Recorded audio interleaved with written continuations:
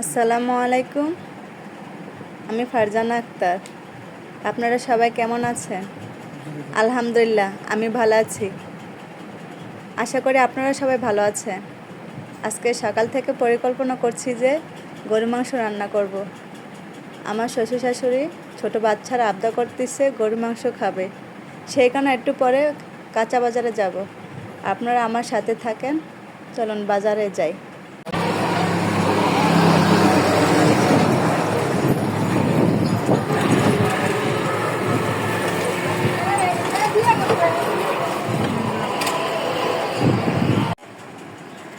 এই যে কাঁচা বাজারে চলে আসলাম। আপনারা আমার সবাই পাশে আছেন তো? এখন এসে দেখলাম যে কাঁচা বাজার অনেক দাম। শসা নিতে চাচ্ছি, শসা 40 টাকা কেজি বলতেছে, কারণ এটা একটু নর্মাল, সেই কারণে হাফ কেজি আমি নেব। এখন আমি বেছে দিচ্ছি। এখানে লাউ আছে, করলা আছে, আলু আছে। বলতেছি যে 30 টাকা করে দিতে দেবে না, সে 40 টাকা করে দেবে।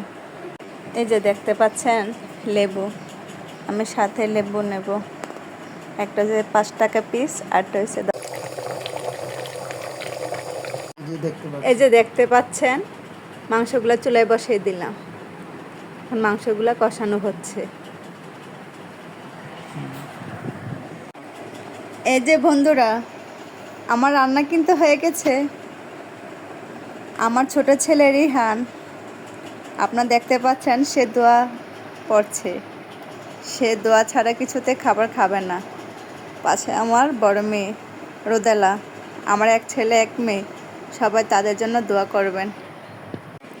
এই যে দেখতে পাচ্ছেন, এটা আমার শ্বশুর। বন্ধুরা, শ্বশুর শাশুড়ি স্বামীর ছোট ছেলে মেয়েকে নিয়ে সুখে শান্তিতে থাকতে চায়, সবাইকে নিয়ে হাসি খুশি থাকতে চাই। এটাই আমার সংসার।